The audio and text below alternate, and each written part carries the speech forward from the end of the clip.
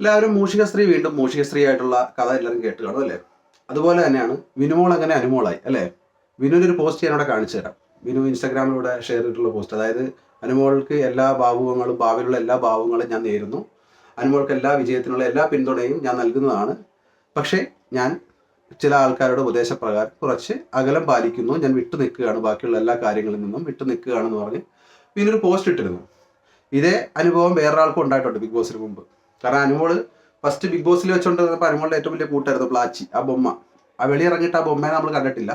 അതുപോലെ അനുമോളെ ബിഗ് ബോസിൽ ഈ ജയിക്കുന്ന സമയത്ത് ഏറ്റവും കൂടുതൽ സപ്പോർട്ട് ചെയ്യുന്ന ഒരാളുണ്ട്, ലക്ഷ്മി.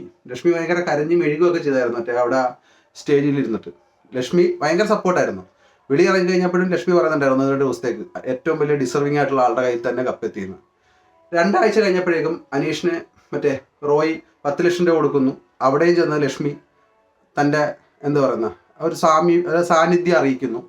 അത് കഴിഞ്ഞപ്പോഴേക്കും പയ്യെ ലക്ഷ്മിയുടെ വേറൊരു ഇൻ്റർവ്യൂ ഞാൻ കണ്ടായിരുന്നു. ഇൻ്റർവ്യൂ അല്ല, ഒരു ജസ്റ്റ് ഇങ്ങനെ വോക്കിൻ്റെ ഇടയ്ക്ക് ഇങ്ങനെ പറഞ്ഞിട്ട് പോകുന്നു. അനുമോൾക്ക് അന്ന് അവർക്ക് സപ്പോർട്ട് ഇല്ലായിരുന്നു, അതുകൊണ്ട് ഞാൻ സപ്പോർട്ട് ചെയ്തതാണ്. ഇപ്പോൾ അനുമോൾക്ക് സംസാരിക്കാൻ അറിയാം, അതുകൊണ്ട് തന്നെ ഞാൻ സംസാരിക്കേണ്ട ആവശ്യമില്ല, അനുമോൾ തന്നെ സംസാരിച്ചോളൂന്ന്.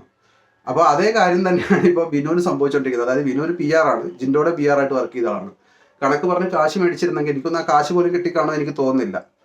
കാരണം ഗെയിമിംഗ് കളിക്കുമ്പോൾ തന്നെ നമുക്ക് മനസ്സിലാവും ഒരാളുടെ വ്യക്തിത്വം. കാരണം ഈ അനുമോളും ഈ ലക്ഷ്മിയുടെ ഏകദേശം വേവ് ലെങ്ത് ഒന്ന് തന്നെയാണ്. അതായത് ആണുങ്ങളെ എത്രമാത്രം മോശമായി ചിത്രീകരിക്കാവോ അത്രമാത്രം മോശമായി ചിത്രീകരിച്ചിട്ടുള്ള 2 വ്യക്തികളാണ് ഈ അനുമോളും. അതായത് ഒനീൽ സാബുവിനെയും അക്ബറിനെ എന്തും വേണ്ടി വർത്താനം പറഞ്ഞിട്ടുണ്ട്. മോശം ശരിയല്ല, ബെസ്റ്റ്, അങ്ങനത്തെ ഒരുപാട് ടോപ്പിക്കുകൾ ഈ അനുമോള് വായിന്ന് വന്നിട്ടുണ്ട്. അതിനോട് മാച്ച് ചെയ്യുന്ന ഒരു ക്യാരക്ടർ തന്നെയാണ് ലക്ഷ്മി. അപ്പോൾ ലക്ഷ്മിക്ക് നല്ലപോലെ വേണ്ടത് വയറ് നിറച്ച് കിട്ടി. ഇപ്പോൾ അടുത്തത് വിനുവിനും കിട്ടുന്നുണ്ട്. ഇനി കിട്ടാൻ പോകുന്നത് ഷിയാസ് കരീമിനാണ്, 3ാമത്തെ പ്ലാച്ചി. എന്തായാലും നമുക്ക് കാണാം ഇനി എന്താണ് നടക്കാൻ പോകുന്നുള്ള കാര്യം.